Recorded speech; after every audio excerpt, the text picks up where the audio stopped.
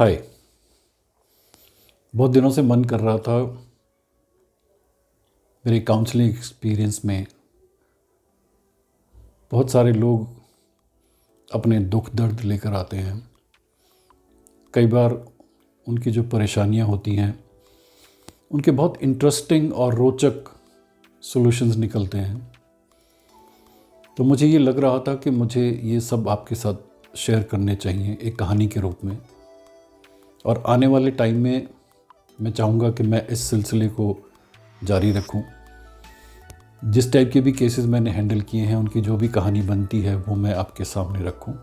हाँ, नाम, जगह और कोई भी ऐसी चीज़ आपको डिक्लेयर नहीं की जाएगी जिससे उनको थोड़ा अनकंफर्टेबल लगे। तो चलिए, आज मैं शुरू करूंगा एक बहुत ही फेमस डॉक्टर साहब की कहानी। जैसे मैंने पहले कहा, नाम नहीं बता सकता।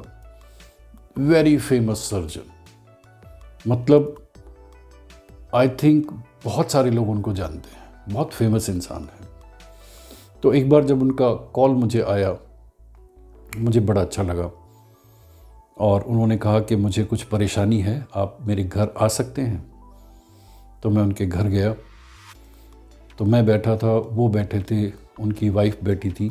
उनकी वाइफ भी एक डॉक्टर हैं, उनके 2 बच्चे भी हैं। तो उन्होंने कहना शुरू किया कि हमारी शादी हुई, बहुत अच्छा हुआ। पहले मेरी वाइफ को गांव में रहना पड़ा, तो वहाँ जाकर के क्योंकि वो एक डॉक्टर हैं तो बहुत अनकंफर्टेबल हो गई।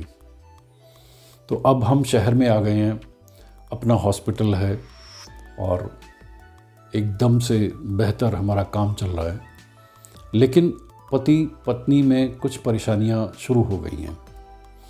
डॉक्टर साहब देखने में बहुत स्मार्ट थे, हैंडसम, बिल्कुल यंग लग रहे थे। और वाइफ उनके बनिस्बत जो थी वो इतनी ज़्यादा ठीक नहीं लग रही थी। जो भी उनकी परेशानियां होंगी, तो पता लगा कि उनकी वाइफ को OCD है, ऑब्सेसिव कंपल्सिव डिसऑर्डर, जिसमें वो बार बार सफाई करती हैं, ओवर इंश्योर करती हैं, चीज़ों को बहुत ज़्यादा चेक करती हैं। और पूरे घर में आप इमेजिन करोगे 15 CCTV कैमरे लगे हुए थे, right from the gate, in every room. वो अपने बच्चों को आया के पास जब छोड़ के जाती थी, because she was also serving as a physician, तो वो इंश्योर करती थी जहाँ अपनी क्लिनिक से कि बच्चे सब ठीक हैं, आया ठीक से बिहेव कर रही है या नहीं। तो धीरे धीरे पता लगा कि वो चाहते हैं कि मैं उनकी वाइफ के लिए काम करूं ताकि उनकी ये OCD की परेशानी दूर हो जाए। I was little notorious for OCD cases. लोग कई साल लेते हैं एक OCD केस को ठीक करने में, मैं शायद 2 या 3 महीने लेता हूँ, पर मैं पूरी जी जान लगाता हूँ। हाँ, फाइनेंशियली भी थोड़ा एक्स्ट्रा हो जाता है, लेकिन 90% वो रिपेयर हो जाते हैं और उनकी ज़िंदगी नॉर्मल हो जाती है। तो इसी बात को देखते हुए उन्होंने मुझे बुलाया था। तो मैंने कहा ठीक है, मैं काम करने को तैयार हूँ। तो उसके बाद उनकी वाइफ चली गई, तो डॉक्टर साहब ने कहा कि मुझे आपसे अकेले में भी बात करनी है। मैंने कहा कोई बात नहीं। तो जब हमारी अकेले में बातचीत हुई तो उन्होंने मुझे बताया कि मेरा और मेरी वाइफ का संबंध जो है ठीक नहीं है और मेरा काम बहुत अच्छा है और बहुत ऐसी यंग डॉक्टर्स हैं जिनके साथ मेरा अफेयर है और मुझे बहुत परेशानी हो रही है। मेरी वाइफ जो है मेरे ऊपर बहुत शक करती है। वो बल्कि सुबह जब मैं गाड़ी लेके जाता हूँ तो वो किलोमीटर नोट करती है और जब मैं वापस आता हूँ तो भी चेक करती है कि गाड़ी कितने किलोमीटर चली है। तो अगर मैं अपनी गर्लफ्रेंड के साथ कहीं इधर उधर थोड़ा चला जाता हूँ तो उसको पता लग जाता है कि मैंने कितने किलोमीटर एक्स्ट्रा किए हैं और मुझे बहुत परेशानी हो रही है। और बहुत सारी चीज़ें थी जिसके बारे में मैं अभी नहीं बात करना चाहूँगा। तो एज ए साइकोलॉजिस्ट इस टाइप की समस्याएं आपके सामने आती रहती हैं और उनकी मेन परेशानी ये थी कि मैं अपनी वाइफ से डिवोर्स नहीं लेना चाहता। मैं चाहता हूँ कि ये मेरे साथ रहें क्योंकि फैमिली है और डिवोर्स के इम्प्लीकेशंस बहुत हैवी होते हैं।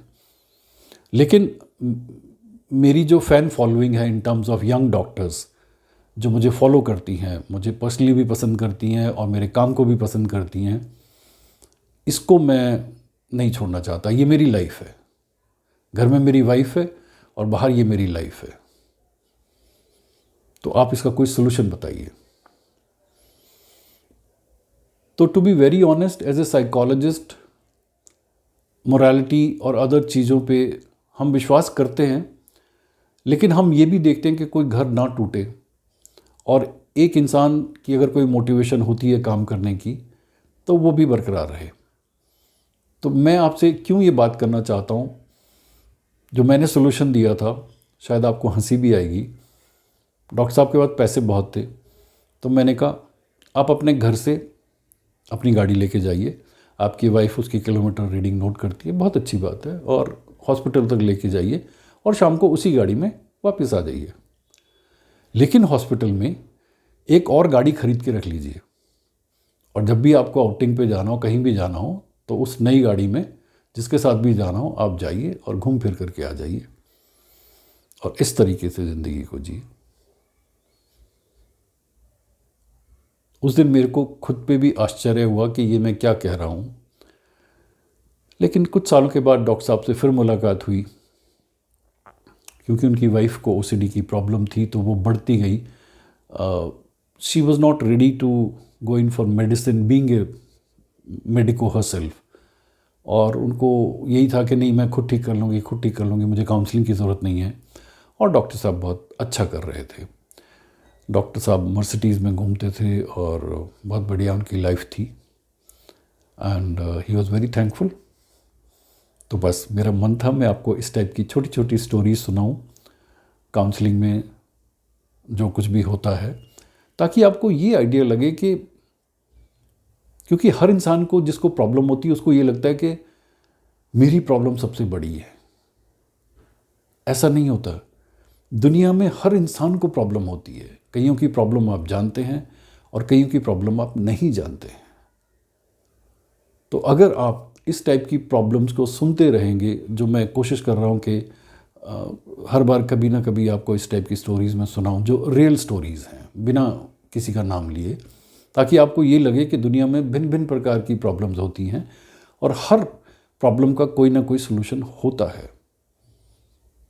तो ज़िंदगी को इसी तरीके से अच्छे से जीते रहिए, और अगर कोई समस्या है, कहीं ना कहीं अगर समस्या दी गई है तो उसका सलूशन भी है। हाँ, ढूंढना जो है इसी का नाम ज़िंदगी है। जो भी प्रॉब्लम आती है हम उसकी समस्या के समाधान के लिए उसका सलूशन ढूंढते रहें, एक प्लेयर की तरह ढूंढते रहें, तो ज़िंदगी आसान भी हो जाएगी और ज़िंदगी अच्छी भी लगेगी। ज़िंदगी फेयर नहीं होती है, ये बात ध्यान में रखिएगा। अगर आप ये मान के चलेंगे कि हम बहुत मेहनत करेंगे तो हमें रिज़ल्ट मिलेगा और सक्सेस मिलेगी, ज़रूरी नहीं ऐसा हो। बट ज़िंदगी फिर भी बहुत अच्छी है। Stay loved, all the best.